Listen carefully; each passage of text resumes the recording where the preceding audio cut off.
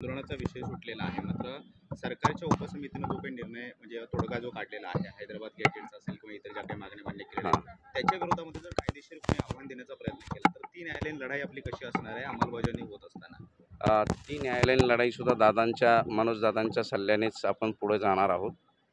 आणि त्या दृष्टिकोनातून आपण कालच तिथे सगळी चर्चा केली. त्यांची मनस्थिती तुम्ही पाहिली. काल जो आनंद उत्सव होता आणि दादांनीसुद्धा सगळ्यांसमोर ते ठेवलं. तुम्हाला मान्य असेल तरच मी पुढे जाईल.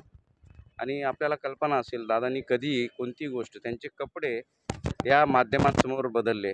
देशामध्ये, जगामध्ये मनोजदादा जरांगे पाटील संघर्ष योद्धा असा हा नेता या समाजाला प्रामाणिक मिळाला.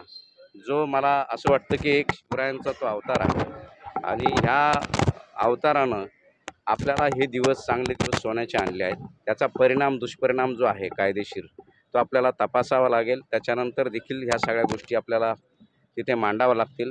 हा आता तिथे येणाऱ्याच तुम्ही सांगितल्याप्रमाणे जर एखादं काय झालंच, आपण काय ती शक्यता नाकारता येत नाही आणि त्या दृष्टिकोनातून आपण कायदेशीर त्यांच्या मार्गदर्शनातून मनोजदादांच्या मार्गदर्शनातून पुढे जाऊ आणि मला नक्की खात्री आहे त्यात देखील यश अशी मी शिवरायांचरणी आपल्या सर्वांतर्फे